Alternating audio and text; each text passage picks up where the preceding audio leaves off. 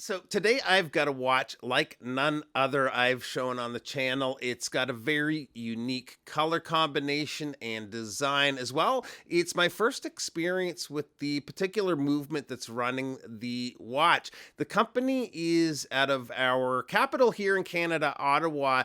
The brand is called Sovrygn Watches, and the watch is the Sovrygn Calendar. This is going to be coming out by way of a Kickstarter campaign later this spring. Big thanks to Sovrygn for lending in the watch. So let's get straight to it and take a look at the Sovrygn Calendar. Now, this is one of 6 versions of the watch. This is the Midnight Edition. There's different variations in either gold or steel and some dial options too, but the black with this burgundy dial and the rose gold accents looks pretty awesome. So, you guys are seeing this a few months ahead of the campaign, and the owner of the company is open to and specifically looking for feedback on the watch. So definitely let him know in the comment section. First thing to talk about has to be the movement. There's a lot of complications packed into a small package here, and that is thanks to the Miyota 9100. The complications include the power reserve, the day, date, and month, the time in 24 hours, and of course, our regular time. We'll go through how that's all displayed on the dial here in a minute, but the movement is visible through the display case back. Nice looking decorated movement with a custom rotor. The movement is a 26 joule movement with a power reserve of approximately 40 hours and beats at 28,800 vibrations per hour. Up at the top of the dial is the power reserve with the rose gold hand and markers. The company logo is just below that.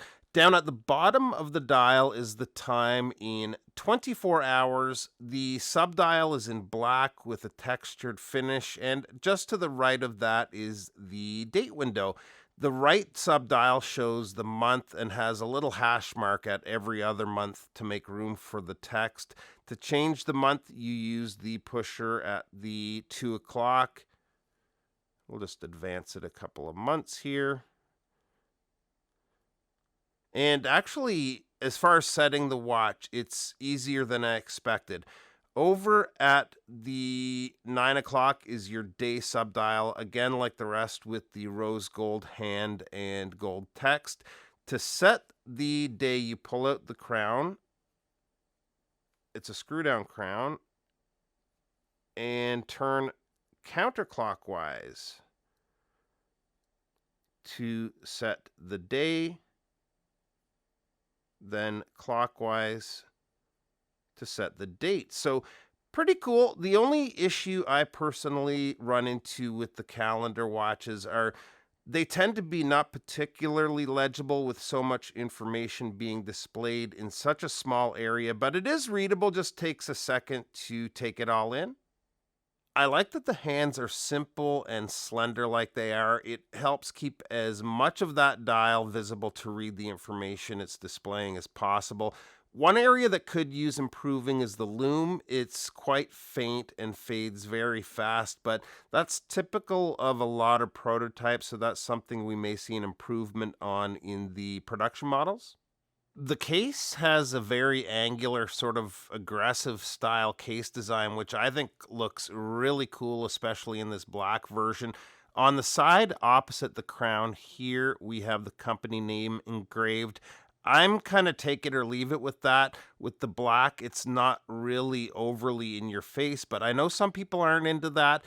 I can't think of the company name off the top of my head, but there was a company that I had shown on the channel.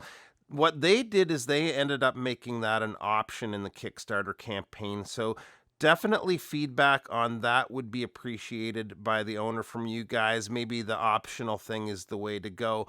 One bit of feedback I'll give is I think the crown could stand to be a bit larger. It's usable the way it is, but just a millimeter or two would make it easier to use and might make it even look a little bit better too. The bracelet is an H-link style bracelet. It's well built with solid end links, and the links are screwed links. It's got a deployant clasp with the company S logo, which is a nice touch.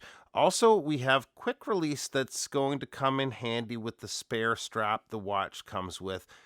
The leather strap is a nice looking strap. It comes also on a deployant clasp as well as the option for a regular tang and buckle. Looks not bad at all on the strap, the watch that is, but I definitely prefer it on the bracelet. Size on the watch comes in at a case width of 39 millimeters. Lug opening is 20 millimeters, with the bracelet tapering down to 16 millimeters at the clasp.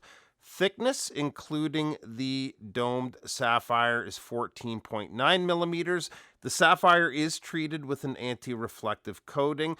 The last measurement I want to give you is the lug to lug. It's great at 46.9 millimeters, but the bracelet comes out from the case and at its widest point is 59.3 millimeters. Non issue for my wrist size, but for smaller wrists, you might get a little overhang. So that's one last thing I'd maybe see if there's a way to get the bracelet to drape straight down or at least curve down a little quicker. And here it is on my 7.25 inch wrist. And I gotta say, I am digging it. Watches like this is what makes micro brands so great. They can push the envelope with design and try something a little different. Now, the target for the Kickstarter campaign is this spring, and the ask is going to start right around 515 USD during the campaign and eventually get to $700 at full retail. If you're interested, you can sign up to be notified on any new info on the watch on their site, which will be linked below. Thanks again to Sovrygn for lending in the watch. Thanks for stopping by, and we'll see you real soon. Bye bye.